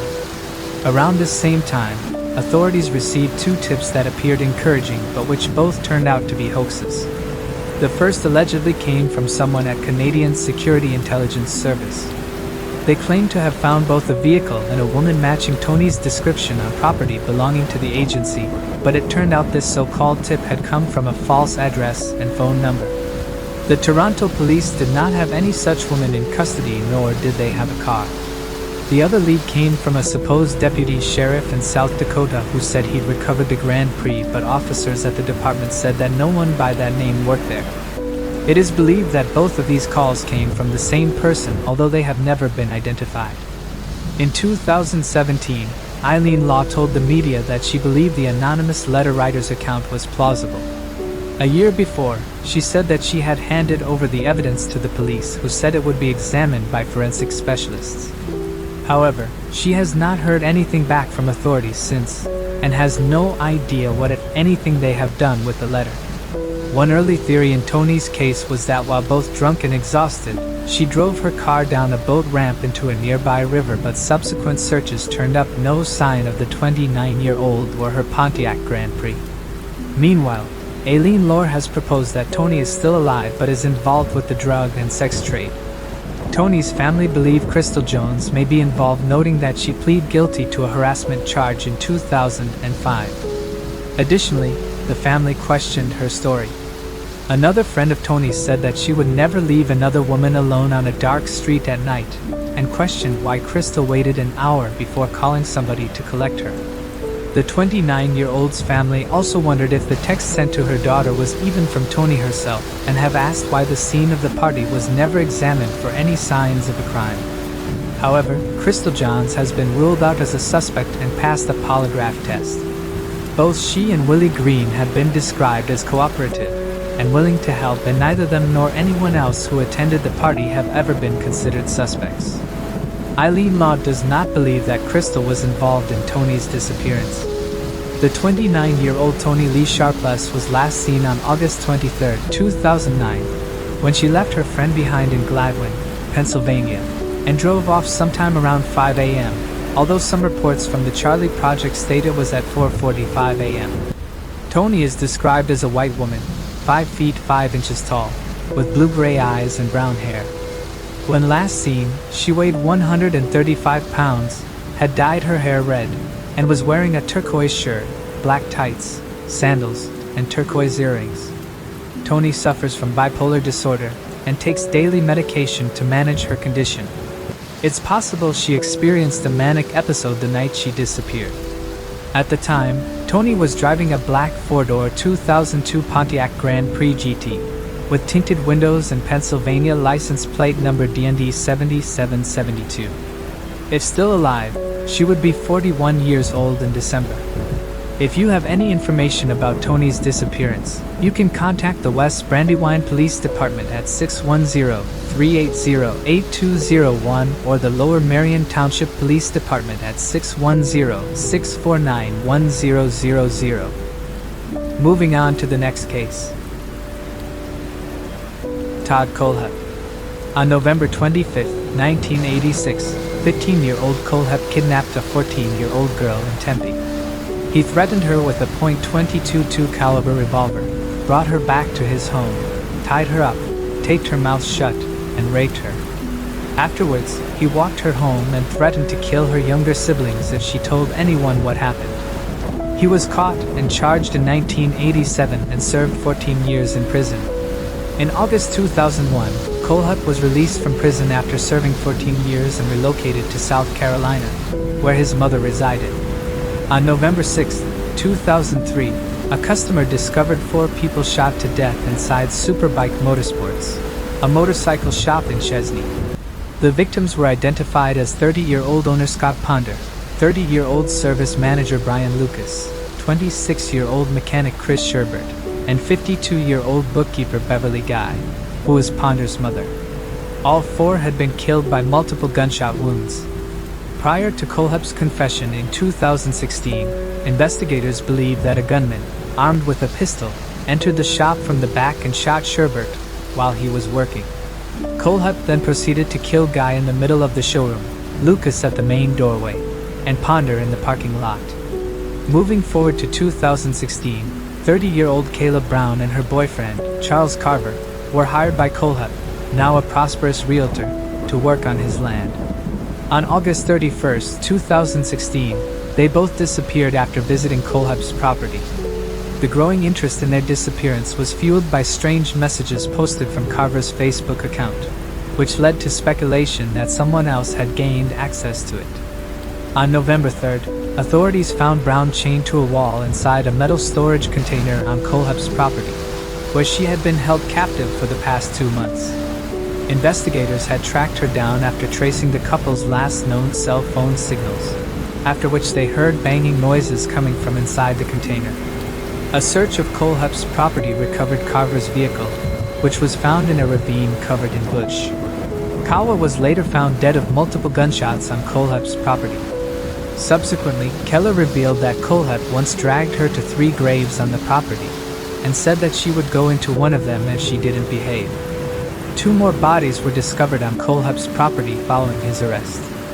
They were later identified as husband and wife, Johnny Joe Coxey and Megan Lee McCrow Coxey, residents of Spartanburg, who were reported missing on December 22, 2015. They were also allegedly hired by Kohlhepp to work on his property. Kohlhepp later confessed to the Chesney shootings and the murders of 2 people whose bodies were found buried on his property. Kohlhepp was charged with 4 counts of murder in relation to Chesney shootings and 1 count of kidnapping in relation to Brown's abduction. He was later charged with 3 additional counts of murder for the murders of Carver and the Coxeys, along with 1 additional count of kidnapping and 3 counts of possession of a weapon during the commission of violent crime. On May 26, 2017, Kohlhepp pleaded guilty of 7 counts of murder, 2 counts of kidnapping and 1 count of criminal sexual assault, and was sentenced to 7 consecutive life sentences without the possibility of parole. Moving on to the next case. The Easy Street Murders. The discovery of the Easy Street murders shocked the residents of Collingwood, Victoria. On January 13, 1977, the neighbors who had grown concerned about the 2 women, Suzanne Armstrong and Susan Bartlett, entered the house through the back door after hearing a baby cry. What they found was chilling. Inside, 16-month-old Gregory Armstrong was found alone in his cot, visibly distressed and dehydrated but otherwise unharmed. However, the horror didn't end there. As they looked down the hallway, they discovered the bloody body of Suzanne Armstrong near the front door. The scene was gruesome, and the neighbors immediately fled the house with Gregory, calling the police as soon as they were safely outside. The 2 victims, Suzanne Armstrong, a 28-year-old single mother, and Susan Bartlett, a 27-year-old arts and crafts school teacher at the Collingwood Education Center, had been brutally murdered in the house. The community was left stunned and terrified as authorities began to investigate what would later be referred to as one of Victoria's most brutal crimes. Suzanne Armstrong and Susan Bartlett had been friends since high school, and after both moved to Melbourne, they began renting the three-bedroom property on Easy Street in October of 1976. However, their lives took a tragic turn when they were attacked several days before their bodies were discovered on January 13, 1977. Investigators believe the two women were killed on January 10, the last day anyone had seen or heard from them. On that night, Susan's brother and his girlfriend had visited for dinner, leaving around 9 p.m. On January 11, Barry Woodard, Suzanne's boyfriend, called the house but received no answer. He tried calling throughout the day, but when he still couldn't reach Suzanne, he decided to visit her home on the 12th. Upon arriving, he entered through the unlocked back door and left a note for her. He called out to her but heard no response, so he left again. His story was corroborated by his brother, who had accompanied him. The deaths of Suzanne and Susan were violent and shocking. Despite multiple attempts by loved ones to check on them, no one could have foreseen the horrific tragedy that would unfold. The investigation into the murders would go on to become one of the most brutal and chilling cases in Victoria's history. Suzanne had been stabbed 29 times and was found on her bed. She had been sexually assaulted after death, and semen was found at the scene. Susan had been stabbed 55 times and was found in the hallway near the front door next to Suzanne's bedroom. Authorities suspected that Suzanne Armstrong had been the intended victim, and that Susan was collateral damage and had been slain when attempting to help her friend fend off her attacker. While there were no signs of forced entry, it was reportedly very common for the two Sues to leave their doors unlocked. Investigators also found one other possible point of entry when they discovered a footprint on the front windowsill. It wasn't the only evidence left behind, however. Authorities also noted that the perpetrator had cleaned up in the bathroom after the slayings, and a blood-stained towel was found on the sofa in the living room. According to some reports, a bloodied face cloth and shawl were later found a few blocks away. Soon, investigators had established a list of 130 persons of interest, including laborers who were working on the house behind the two women. 2 decades later in 1999, the DNA found at the crime scene was tested against 8 prime suspects, but none of these men were a match. In fact, despite the long list of potential suspects, the case swiftly grew cold. Although the brutal and violent slayings of the two women made for a high-profile case, only 16 detectives were assigned to it. Police noted that the savage nature of the crimes would have required not only mammoth strength, but also blind rage, which was possibly drug-fueled.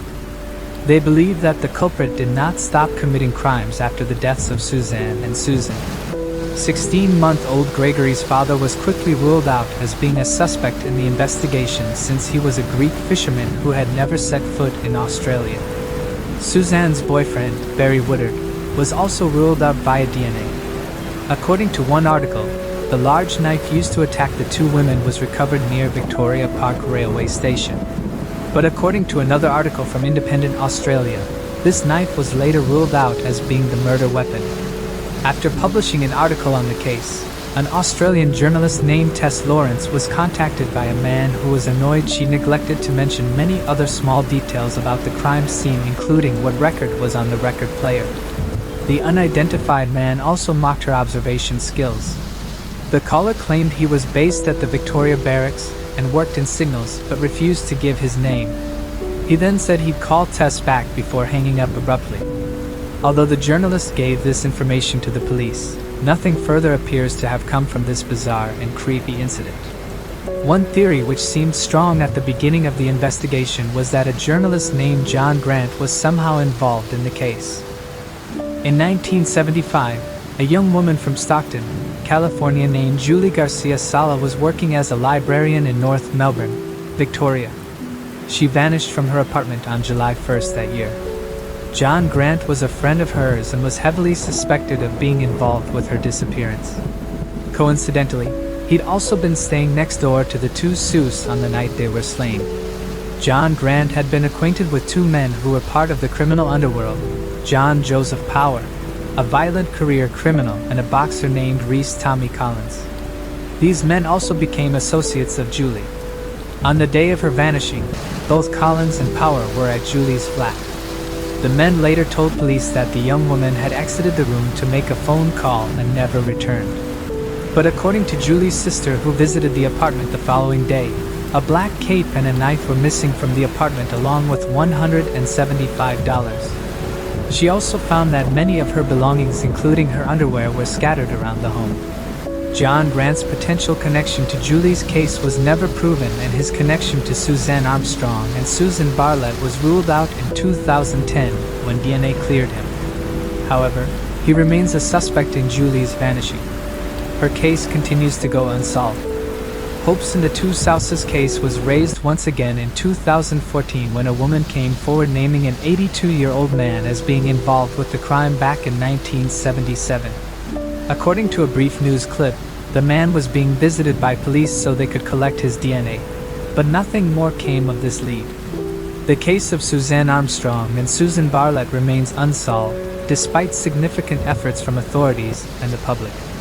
In 2011, the investigation was reopened, and in 2017, a $1 million reward was offered to anyone who could provide information leading to the arrest of the perpetrator.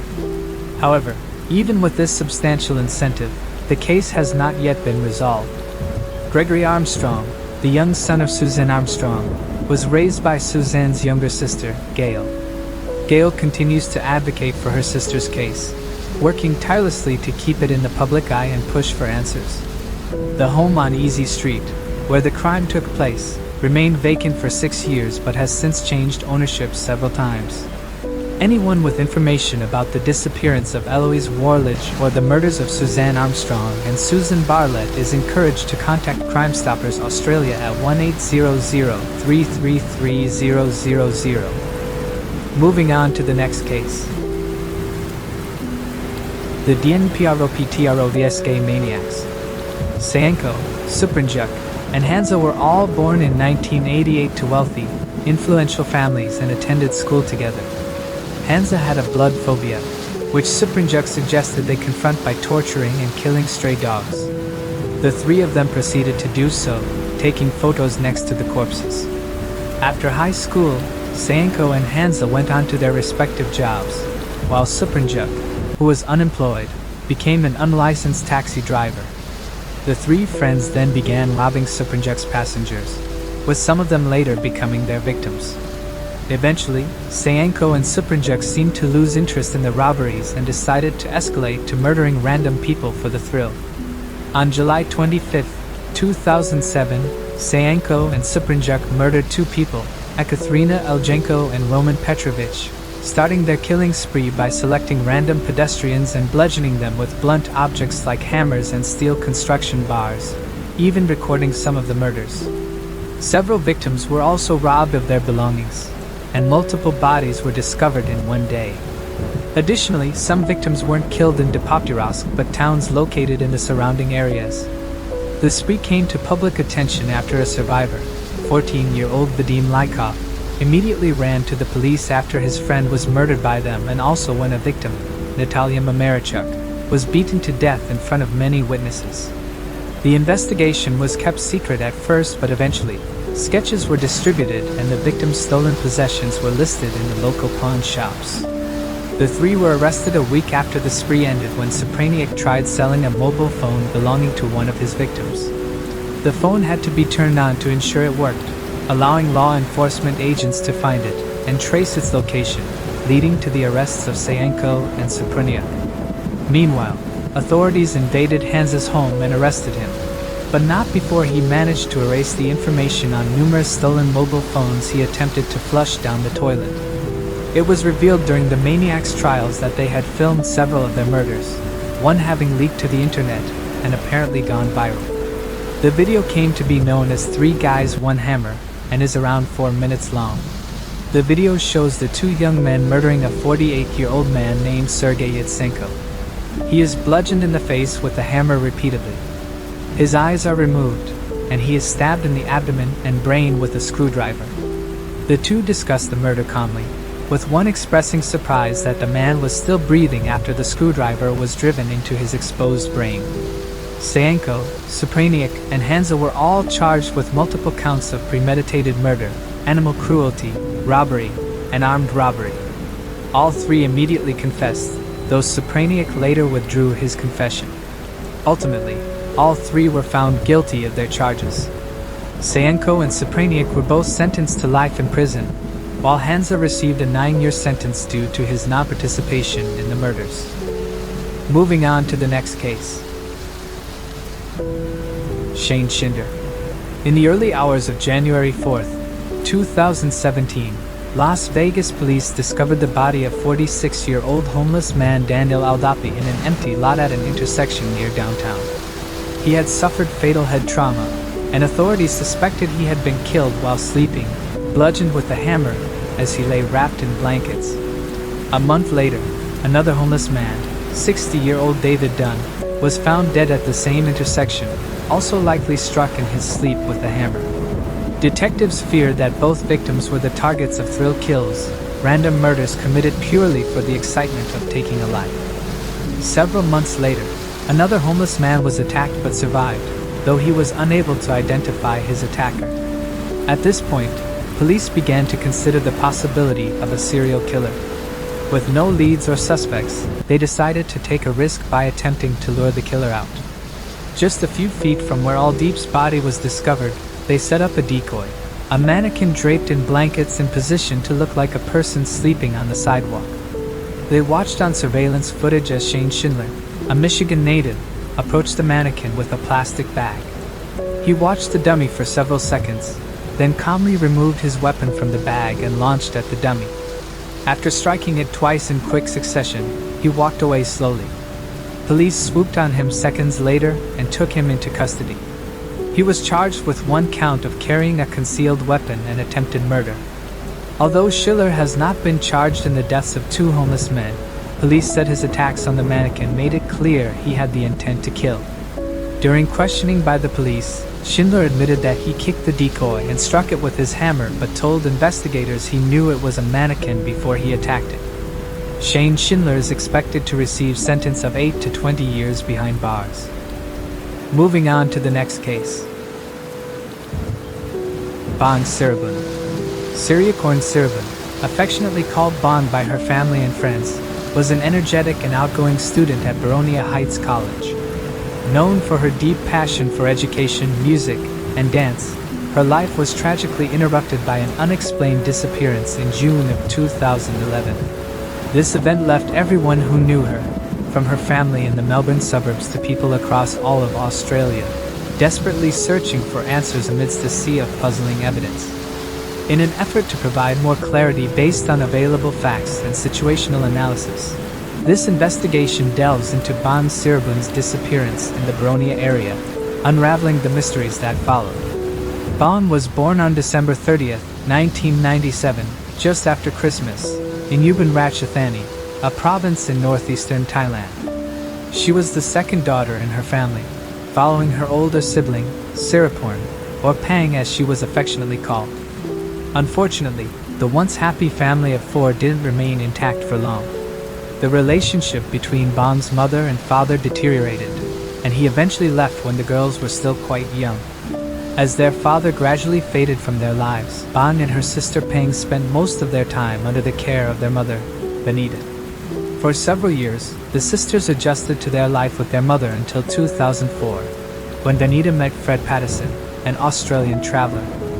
Fred had fallen in love with Thai culture in the 1990s and made it a point to travel back and forth between Australia and Thailand every year. During one of these visits, Fred and Benita unexpectedly connected, and their friendship blossomed into a deep, healthy relationship. Over the next 2 years, the couple maintained a long-distance relationship, and in 2006, Fred moved to Thailand, intending to stay permanently after he and Benita married. Both Bong and Pang embraced Fred's presence in their lives, welcoming him as a loving father figure. Fred referred to them as his own daughters, and they cherished the connection with him. However, despite the strong familial bonds, the financial side of their new marriage struggled.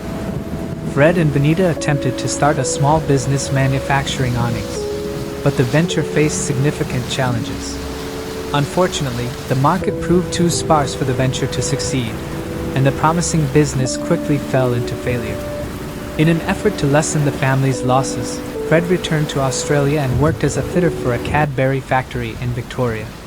In 2008, Vanita, Pang, and Bong joined him in Australia, and the couple worked tirelessly to secure a better future for the girls. Vanita found a job to support the family, ensuring that the sisters would receive a proper education, while she and Fred worked toward the dream of eventually returning to Thailand. As a result, Pang and Bong were enrolled in the Boronia Heights School District, located in the bustling suburb of Boronia in Melbourne, Victoria. Bong began 4th grade at Boronia Heights Primary School and quickly made friends, one of whom was Jaya Mai Hillard. Jaya remained close with Bong throughout primary school and into high school. Jaya later described Bong to reporters as an incredibly kind and compassionate young woman. She shared that Bong always radiated happiness, rarely losing her smile. This joyful spirit was one of the reasons Bong could make friends so easily, and it was why she and Jaya got along so well. Bong had no fear and embraced challenges and new experiences without hesitation. Although she was naturally reserved, she was incredibly polite, and once she became comfortable in a new environment, she would thrive, radiating energy and joy. Another friend, Layla Preston, would later describe how Bong genuinely enjoyed school, feeding off the creativity of others while nurturing her own imagination. While Bong excelled in mathematics and science, her true passions lay in the arts, particularly dance and drama. At the time, her favorite artist was Justin Bieber, alongside various K-pop groups. In 2011, Bong had been rehearsing a dance routine with Jaya Mai, which she had choreographed herself. This project was particularly close to her heart, and Jaya Mai could sense Bong's excitement about showcasing their hard work. This was why Jaya Mai struggled to comprehend the events that unfolded later that June, when Bong disappeared on a seemingly normal Thursday morning walk to school. It was a quiet, unsettling moment in the streets of Boronia under the early morning sun. Now, let's review the timeline of events leading up to the unsolved disappearance of Bong Serban. Since her high school years began, Bong had been walking to Boronia Heights College on her own, a routine that was permitted by both her mother and stepfather. The Serabun family lived on Elsie Street, just a short 10-minute walk from the school. It was a familiar and easy route for Bong, and she often made the trek alongside her classmates and close friends, including Taylor and, of course, Jia Mai. Jia Mai and Bong even had a spot at a nearby park where they would meet on their way to and from school, sometimes sharing snacks or chatting about the latest happenings. However, on the morning of June 2, 2011, Taylor told her brother that she was going to walk with him to school when he asked if she wanted to head to Bong's house and walk together instead. It wasn't unusual for Taylor to walk with her brother, as she and Bong didn't always walk to school together. That same Thursday morning, Bong's alarm clock went off sometime after 7 a.m. She got out of bed, put on her usual school uniform, and had egg rice soup for breakfast. Around 8 a.m., Bong's stepfather Fred returned home from his graveyard shift at the Cadbury factory. He went into a back room while Bong continued getting ready for the day. By 8:30 a.m., Bong said goodbye to Fred and left the house, just as she did every other school day. A short time later, a neighbor spotted Bong heading east down their road toward Albert Avenue. The neighbor would later tell authorities that Bong appeared to be in good spirits and showed no signs of distress, dressed in her usual school uniform and a blue raincoat. This would be the last confirmed sighting of Bong Serban. A few minutes after that, it is assumed that Bong reached the end of Elsie Street where it meets the busy Albert Avenue. She crossed through traffic every day and was likely heading southwest, making her usual right turn. After walking 1 block along Albert Avenue, Bong is thought to have turned left onto Harcourt Road, a quieter, less busy street compared to Albert Avenue. At 8:55 a.m., another neighbor reportedly spotted Bong walking along Harcourt Road near the intersection with the Monco Street cul-de-sac. This spot was just 130 meters from the gate at the end of Monco Street, which led to Boronia Heights College, the school Bong and her friends would enter each morning. It remains uncertain whether Bong ever reached that gate that day, and the Harcourt Road sighting was never confirmed by the police. When school began, Both Baronia Heights College staff and Bang's friends assumed she was absent for the day, as her excellent attendance record suggested no reason for her to miss class. Due to this assumption, Bang's parents, Benita and Fred, believed she had made it to school safely, and no alarms were raised throughout the day. It wasn't until around 3:40 p.m. that afternoon when Benita began to wonder where Bang was, noting that her daughter was usually home by that time. As the clock struck 4 p.m., the phone rang at the Sirabun household. Fred answered the call, expecting nothing out of the ordinary, only to be surprised when he heard Jeremiah Hillard's voice on the other end. Jeremiah asked Fred if she could speak with Bang to catch up on what she missed and discuss what was coming up at school. Fred, confused, asks why Jeremiah hadn't spoken to Bang earlier at school, to which Jeremiah explains that Bang had never shown up. It's then that both Jeremiah and Bang's parents realize, to their shock, that Bang has gone missing without anyone noticing. Within minutes, Benita and Fred rush to their car and head to Baronia Heights College. There, the principal confirms that Bang was absent that day. At 4:20 p.m., the distressed couple arrives at the Knox police station. The officers advise them to contact all relatives and close friends to see if Bang might have gone to stay with someone. However, their efforts to reach anyone familiar with Bang yield no results. Undeterred, Benita and Fred visit Jeremiah and ask her to help contact Bang's friends later that evening to gather more information. Jeremiah suggests checking the park where Bang and she often met on their way to and from school, but there is no sign of Bang there either. Throughout the night of June 2nd and into the early hours of June 3rd, Benita and Fred go to each of Bang's friends' houses in person, desperately hoping for any updates or clues. Nobody shares anything useful, and after the round-robin of cold calls, the distressed couple return to Knox Police Station. As the day of June 3rd progresses, an official search goes underway. The Knox PD canvasses the area, knocking on the door of every neighborhood home while distributing missing persons flyers across the town and its neighboring suburbs. The streets are rapidly filled with search and rescue volunteers.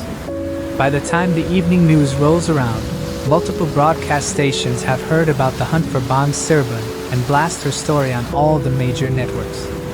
Reporters are diligent in asking the public for help, and it seems a real momentum is building. Over the next few days, the investigators pore over hours upon hours of CCTV footage from area cameras found at local businesses and public transportation stations. They also pay visits to all registered sex offenders in Victoria, feeling more and more that Bang's disappearance is at the hands of a kidnapper. The days turn to weeks and authorities send officers into the Dandenong Rangers National Park and other mountainous woodlands to search for Bang. Despite multiple attempts, no clues are pulled from the nature reserves or hiking trails. Around the same time in late June of 2011, two separate teenage girls come forward with testimonies relating to kidnapping attempts in the days after Bang went missing. However, either story is believed to be related to Bang's case after one was proven to be a hoax. In October of that year, for months after Bang's vanishing, police put together the Puma Task Force, a special rank of detectives to focus on the manhunt for Bang Sirabun. Puma is the first major focus group in a police investigation since 2003 in Melbourne, Australia. Over the next 2 years, the Puma Task Force receives over 900 calls, investigates 250 known sex offenders, searches over 1,000 homes, and collects over 1,100 pieces of evidence. However, they find nothing substantial and the case continues to grow cold. In October of 2013, the task force is shut down and all of its files and findings are handed back to homicide detectives of local police ranks. Years go by and various leads are presented to investigators, yet a lot of the calls are proven to be hoaxes, including false confessions made by Melbourne locals. On the 5-year anniversary of Bang's disappearance, police turned to the public asking for help in clearing up a couple of alleged sightings of Bang back in June of 2011. However, nothing of merit comes through. In the years following Bang's disappearance, both law enforcement and her friends and family have remained determined to find answers. They continue to believe that someone knows what happened to the 13-year-old schoolgirl and have offered a $1 million reward for information leading to her discovery. Detectives and sleuths alike work tirelessly, hoping for that breakthrough that will reveal what happened to Bong. As with many missing persons cases involving children, Bong's case saw an outpouring of potential sightings in the days following her disappearance, many of which were reported by concerned citizens who had noticed something unusual. These reports were often based on fleeting impressions and lacked solid evidence, as is common when tragedy strikes a community and emotions run high. However, not all reports can be dismissed. In June 2016, detectives revealed two separate testimonies that caught their attention. Both accounts shared strikingly similar details, involving a man with various tattoos and a white car. Both sightings occurred between 15 and 30 minutes after Bong left her home in the Beronia suburb on the morning she vanished. The first of these sightings took place around 8:45 a.m., approximately 15 minutes after Bong's departure. The witness reportedly saw a young Asian girl matching Bong's appearance looking out the back window of a white Ford Falcon, either an EA or an EF manufactured sometime between 1988 and 1996. The white car was seen heading east at the intersection of Beronia Road and Florestan Road, driven by an older white male in his 50s or 60s, sporting slicked back brown hair in a rock and roll style and tattoos all over his arms, including a noticeably colorful tattoo on the upper section of his left arm near the shoulder. There are also some reports that state the driver was wearing a blue singlet. However, this has not been confirmed. The second sighting took place around 15 minutes after the first, between 8:45 a.m. and 9 a.m. on June 2nd, likely 30 minutes after Bong left home. The big difference with this testimony is it came near the town of Rowville on Napoleon Road, an area roughly 9 to 10 kilometers south of Beronia. The eyewitness told police they saw a girl matching Bong's description sitting in the passenger seat of a white station wagon as it progressed through the morning traffic. From memory, the witness described the white vehicle as a Holden HQ Kingswood, an older model originating from somewhere between 1971 and 1973. The driver of the station wagon was also a white male, but appearing to be more middle-aged, in his 30s or 40s. The witness couldn't tell if the man was balding or just had incredibly light-colored hair, but did mention he showed tattoos covering his neck and arms like sleeves. What he was wearing couldn't be discerned either. While most investigators believe that these sightings are separate instances and likely disconnected, they could technically be of the same car, driver, and horrifyingly enough, the same passenger, Bong. If the first sighting did occur at 8:45 a.m., it's possible that it could have made its way southbound on the Napoleon Road and headed towards Rowville by 9 a.m. in order for the second sighting to take place. We have checked various mapping and GPS resources, and at least in 2020 conditions, the drive from the intersection of Beronia and Florestan Road to the southernmost point of Napoleon Road at 8:45 a.m. on a weekday commute is between 11 and 15 minutes. We assume the traffic patterns haven't changed drastically enough since 2011 to suggest it wouldn't have been possible 9 years ago on the morning of June 2nd to make this trip, thus providing the possibility that the first and second sightings are of the same vehicle. It is also worth considering one of the witnesses misread the make and model of the car or didn't get a good enough look at the driver to properly account for their age and hairstyle. That being said, a Kingswood station wagon and a 1988 Ford Falcon really don't look too much alike, and suggesting someone mistook a 60-year-old man with slicked back dark hair for a 35-year-old man with short blonde hair seems a little far-fetched. Thus, we don't firmly believe the sightings to be connected or reflecting of the same situation. However, we, like the police, do believe there are good odds that at least one of them could involve the real-life Bong Servan. We therefore ask that if anyone recognizes these descriptions of either the white cars and or the tattooed men, please reach out to the proper authorities. These sightings have not been ruled out as of today, and could be the major clue to taking the next step in finding Bong and bringing closure. Let's now take a look at the most prominent theories surrounding the unsolved disappearance of Bong Servan. Like many missing children and teen cold cases, parents and guardians are always questioned in the early days of an investigation. As history suggests, many kids who disappear do so at the hands of their caretaker or family member. Thus, the first person both police and bystanders alike looked to for possible suspicion was Fred Patterson, Bong's stepfather and paternal role model. An anonymous source, Most likely a fellow Baronia neighborhood resident tipped off authorities that they had witnessed Fred digging around their LC Street home in the weeks that followed Bung's disappearance. When law enforcement approached Fred as a suspect, he happily complied, and he and Benita allowed detectives to search every nook and cranny of their home, including excavation around their property. Police found zero evidence to suggest that their parent was responsible or held any troubling secrets, and authorities thanked them for their openness and cooperation. However, it didn't dampen the whispers spreading around town that Fred was up to no good, with many people questioning without fair evidence his motives in embedding himself in Thai culture and bringing back 3 women to Australia with him. There were suspicions that Fred had hidden motives in his relationship with his wife and 2 daughters, fueled by prejudice and insecurities surrounding interracial marriage. As the case developed, these biases gave rise to elaborate theories, some even suggesting Fred might be involved in Bang's disappearance. However, the investigation quickly shifted focus, and police considered Bang's birth father, still living in Thailand, as a potential suspect. International law enforcement agencies were brought in to trace this lead, but ultimately, it led nowhere, and Bang's father was cleared of any involvement just as swiftly as he was initially suspected. By the end of June 2011, it was clear that Bang had not disappeared voluntarily. She had likely been abducted. As the case progressed into July, investigators began to believe they were dealing with a serial kidnapper operating in the Melbourne suburbs. 2 young women came forward with testimonies about attempted kidnappings in the weeks surrounding Bang's disappearance. The first report came from a 16-year-old girl in Ringwood, a town just 10 minutes away from Baronia. On June 21, 2011, she told police that a blue sedan had pulled up alongside her as she walked along Ringwood Road. The male driver had rolled down his window and tried to entice her into the car, but the girl refused, and the driver continued down the road, pulling into the hard shoulder ahead of her. The girl continued walking, and as she passed the blue sedan, the male driver exited the car and grabbed her arm from behind. In a stunning feat of courage, the 16-year-old girl fought off the would-be abductor, scratching and clawing at the offender until he let go.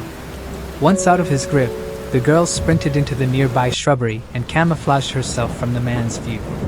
A few moments later, he got back into his blue sedan and drove away, never to be seen again.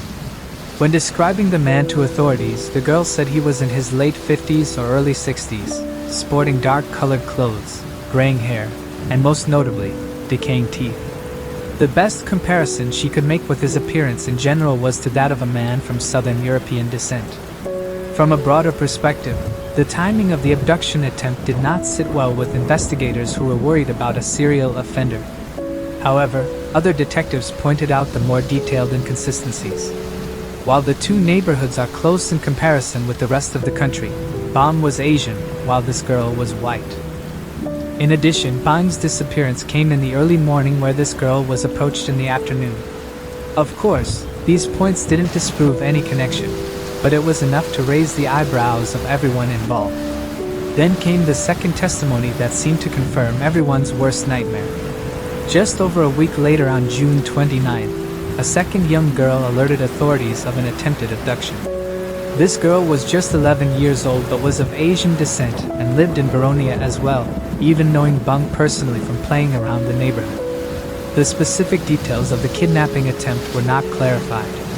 However, law enforcement did say they were similar to the Ringwood case and released a sketch of the alleged perpetrator as described by the 11-year-old girl. The man was older, in the same age range as the Ringwood offender, wore a matching red and dark gray sweatsuit as well as white-rimmed glasses, and most creepily of all, a surgical mask. After the public caught a glimpse of the disguised attacker, Baronia skyrocketed around Melbourne at large. Children were no longer allowed outside by themselves, and the streets were patrolled by cops and citizens alike, all hoping to get their hands on this newly arrived serial kidnapper haunting the Baronia area. A tremendous amount of resources by the Knox Police Department was put forth into this specific investigation, with the details between Bang and the second girl's cases signaling to even the most expert officials that a serious situation had surfaced. That was until the first week of July 2011, when the 11-year-old girl revealed to her parents and then to police that she had fabricated her entire story regarding the attempted abduction. There was no man in the surgical mask, and everyone was left right back where they started. So despite this false lead, is it possible there was a serial criminal active in the streets of Melbourne that summer of 2011? While it can't be ruled out, it's now thought to be highly unlikely. The only known cases of missing teenage girls, or at least attempts of such to happen in that area and at that time, were the cases of Bang Siribun and the unidentified 16-year-old Caucasian girl a week later. Without the support of a third abduction, there were too many holes between the other two profiles to draw a concrete connection. Serial kidnappers almost always target victims of the same race, and with the same modus operandi, such as a preferred time of day. It may not seem like a big deal that the Ringwood girl was just 3 years older, but the contrast of physical appearance between a 13-year-old Asian girl and a 16-year-old Caucasian girl would be too great to draw meaningful conclusions. Had there been other attempts, more data points could be infused in the analysis to show investigators if there truly was a boogeyman-like character prowling the neighborhoods. But as it stands, we must conclude that the Ringwood abduction attempt was probably not related to Bung's disappearance, and was at the hands of a different perpetrator. So of course, we arrive at the grand question, who could that perpetrator be? Australia isn't necessarily known for its long history with serial killers or disastrous rates of violent crime, but it still has its fair share of criminals and potential repeat offenders. The most oft-theorized connection in regards to Bung is that of infamous child serial rapist, Mr. Cruel, whose horrifying moniker needs very little explanation. In the late 1980s and early 1990s, Mr. Cruel was an anonymous Australian man who broke into the houses of 3 young girls, an unidentified 11-year-old girl from Lower Plenty, 10-year-old Sharon Wills of Ringwood, and 13-year-old Nicola Linus of Canterbury, and gagged, binded, and assaulted them, sometimes kidnapping them to an undisclosed location before releasing them in a nondescript public location hours later. All 3 cases happened under the cloak of darkness between 11:30 p.m. and 5:30 a.m., all in the eastern suburbs of Melbourne. Mr. Cruel never left behind forensic evidence and conducted covert surveillance on each family before breaking into their homes. He was so intelligent, he used red herrings to distract police and throw off detectives while threatening to kill his victims if they acted up during his attacks. Mr. Cruel was known for his tailored black balaclava he wore during one of his crimes, as depicted in the widely circulated and spine-chilling police sketch, and has had over $1 million worth of rewards offered by police for any information that might lead to his identification or arrest. He was the Australian version of the Golden State Killer, and thought to have had over a dozen other victims before the 3 confirmed and connected rapes starting in 1987. Another suspected victim of Mr. Cruel came in the fall of 1991 when on April 13th, an unidentified male abducted 13-year-old Carmine Chan of Templestowe, a classmate of an earlier victim, Nicola Linus. Carmine had been taken at knife point, but unlike the other 3 confirmed victims, she wasn't found until a year later when her body was discovered with 3 gunshot wounds to the head. To this day, authorities have neither confirmed nor denied a connection between Mr. Cruel and Carmine's unsolved murder. But until it solves, the similarities have to be taken into account. Carmine was of the same age as the other girls, lived in the same area as the other girls, and was taken at knife points and killed by a handgun, the 2 weapons preferred by Mr. Cruel during his reign of terror.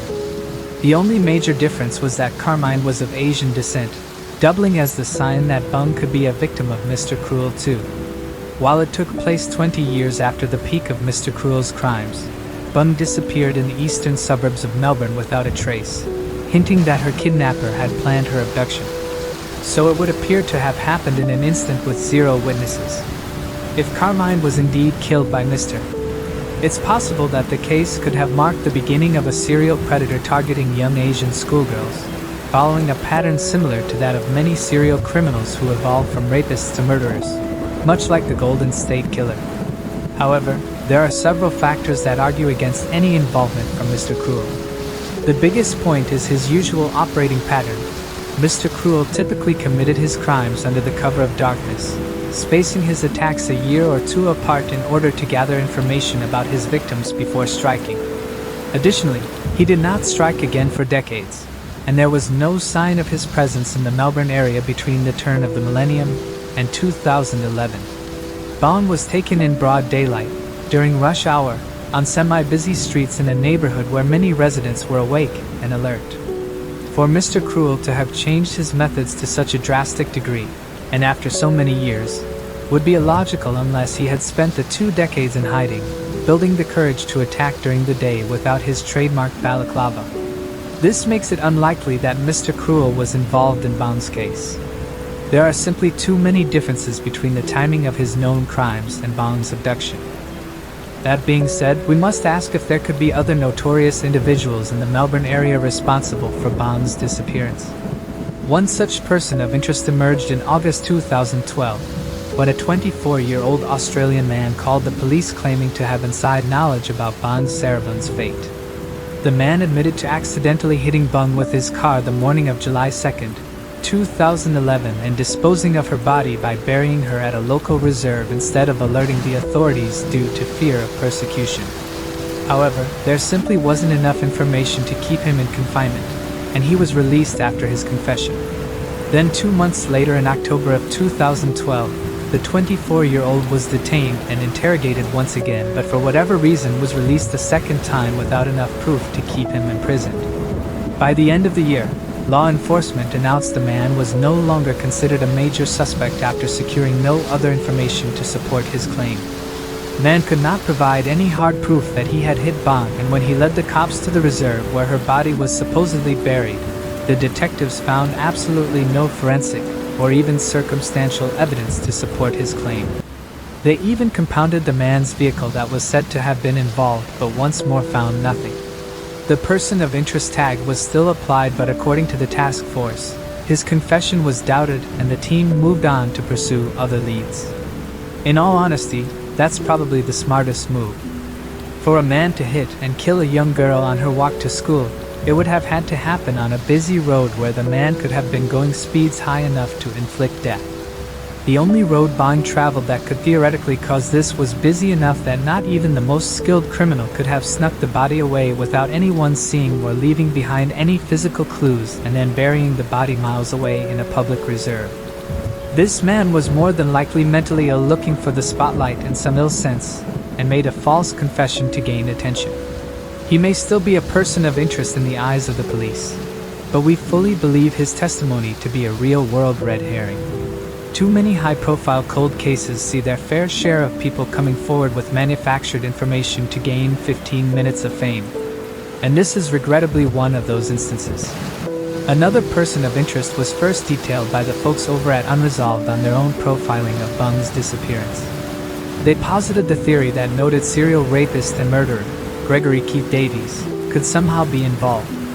Davies' criminal background began all the way back in 1968 with convictions of fraud and larceny, then exploded into attempted murder with intent to cause grievous bodily harm in 1971 against a 14-year-old girl.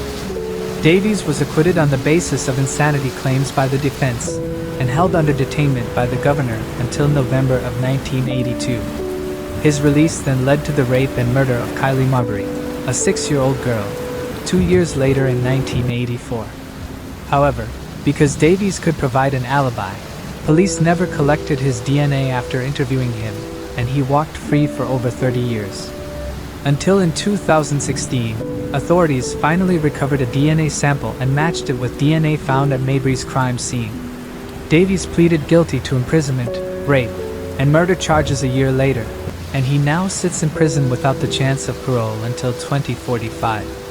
Davies is an interesting suspect because of the wide range of open timeline in which he could have committed other child murders. Various brave women have come forward in the few years since his arrest claiming to have survived multiple assaults at the hands of Davies. Police are on their side too, understanding Davies to probably be the perpetrator of numerous other crimes, including those left unsolved. While Davies hasn't confessed to anything related to Bong, his unknown activity during the time she vanished as well as his age range in selecting victims could point to him being a credible suspect. There's also another unsettling connection between Davies and Bong's case. If you'll remember the 2 sightings of Bong we previously examined, You'll remember how both of those sightings involved a white vehicle and a male driver. Well, it just so happens in the 30 years between detainments, Davies has been confirmed to have owned and operated an older modeled white Holden HQ station wagon. Now Davies does not match the description of the driver in the Holden station wagon from the second Bunny sighting, but he does match the driver in the first sighting who drove a like-modeled white sedan. Davies does not have a colorful tattoo. However, it is not outside the realms of possibility that the details of these two sightings were inaccurate, and that the white car that was driven by a man in his 60s was a Holden HQ. Davies would have been 62 in 2011, and could have been wearing something around his neck that could appear as a tattoo from a brief glimpse of someone who saw him driving by. While it is undeniably enticing to believe Davies was the man in the sightings and Bong was the girl in the back seat of the white car, it is also a textbook example of coincidental circumstance.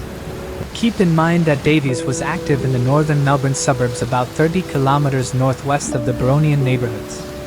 Yes, it certainly is possible that he could have been active in surrounding communities, but it also would have required unbelievable amounts of stealth and learning of the Baronia streets and traffic patterns.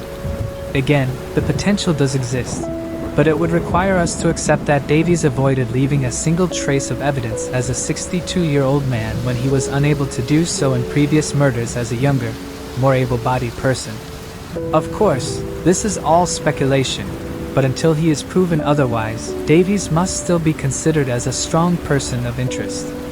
And because he is still alive, the chance of a confession exists if he is indeed guilty.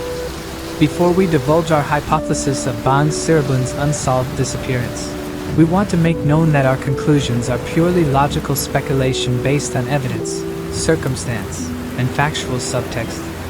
We are only privy to the same information presented in each episode, and we do not attempt to promise certainty or an expert guarantee on the findings we reach in closing. We simply observe, research, and report. In the case of Bong Siribun, we agree with investigators that Bung was kidnapped from the streets of her route to school by a skilled and highly intelligent criminal with a sick perversion for her specifically. How did this person find and single out Bung? It is hard to say. It was well known by police and Bung's friends and family that she was active on social media and the internet at large, owning more than one Facebook account and always online in her spare time on the computer. While experts who dissected her social media accounts and browser history say there was nothing suspicious to suggest she met someone online, it's also possible someone found one of her profiles and started stalking her digitally. If not, whoever it was, the kidnapper could also have lived in one of the neighborhoods traversed by Bong on her way to school. The offender most likely followed her discreetly each day, either on foot or by car, absorbing the atmospheric conditions and making detailed notes of the schedules of those around them. They probably canvassed the streets like this for weeks, maybe even months, making sure that they had her patterns down to a T and was 100% confident they could strike when no one was looking. Then they waited for the perfect opportunity when the weather was bad to keep less wandering neighbors inside and less traffic on the roads. In addition, the perpetrator had to have known Bong walked with friends and thus needed a morning when she walked alone in order to avoid any witnesses. When June 2nd came and the rains fell and Bong isolated herself on her final journey to Baronia Heights College, tragedy struck like a bolt of lightning, with the monster themselves implementing infinite hours of planning to commit the unthinkable crime. So who could this evil kidnapper be? We believe that rather than a serial offender, this specific perpetrator was only targeting Bung specifically. And while they may have been a petty criminal previously, they weren't snatching children off the street left and right. Could this kidnapper have been the same man who attempted to take that 16-year-old girl on June 21st? It cannot be ruled out. However, this person was probably only interested in Bong, explaining why there was no string of similar disappearances in Baronia or Melbourne at large around that time frame. It could have been a teacher at school, a close but not too close family friend, a neighbor with their blinds closed and one eye looking out. It could have been, and probably is, someone who the police overlooked who doesn't have an obvious record that screams child abductor. And that may be the most frightening of all. The bomb was taken at the hands of someone still among us who appears to be someone just like you or I, never suspected to be holding a dark, deadly secret. Whoever it is, they most likely left Melbourne to avoid local police and making a mistake, now watching from a distance, telling themselves they've won when they most certainly have not. Together with combined courage and persistence, we can put a spotlight on whoever that person is and find Bang Siribun hopefully alive to bring her home to a family and community whose only wish is for justice. In the midst of the uncertainty surrounding Bang's disappearance, it is important to remember the brightness of her life and the many ways in which she touched the world. Bang was not just an exceptional student, but also an insightful artist and a compassionate friend. Her passion for life was evident in all she did. She adored the beach, spending hours swimming in the waters behind her grandparents' home, where the sunlight reflected off the ocean in the same way her eyes sparkled with wonder. Bang expressed herself through both drawing and dance, pouring her creativity into vibrant works that spoke to her soul. Beyond her own personal endeavors, Bang was always ready to lend a hand. She enjoyed gardening on weekends and sharing joyful moments with her friends, like ice cream sundaes. What stood out the most about Bang was her ability to find happiness effortlessly and connect with anyone around her. She lifted up those who needed it, offering support without hesitation. Bang Siribun was on a path to making an impact on her community and the world, one filled with boundless potential. Her kind heart and vibrant spirit would have left a lasting legacy. As we continue searching for answers, we must hold on to the hope that she will be found, and one day, her promise will be realized. Thanks for watching.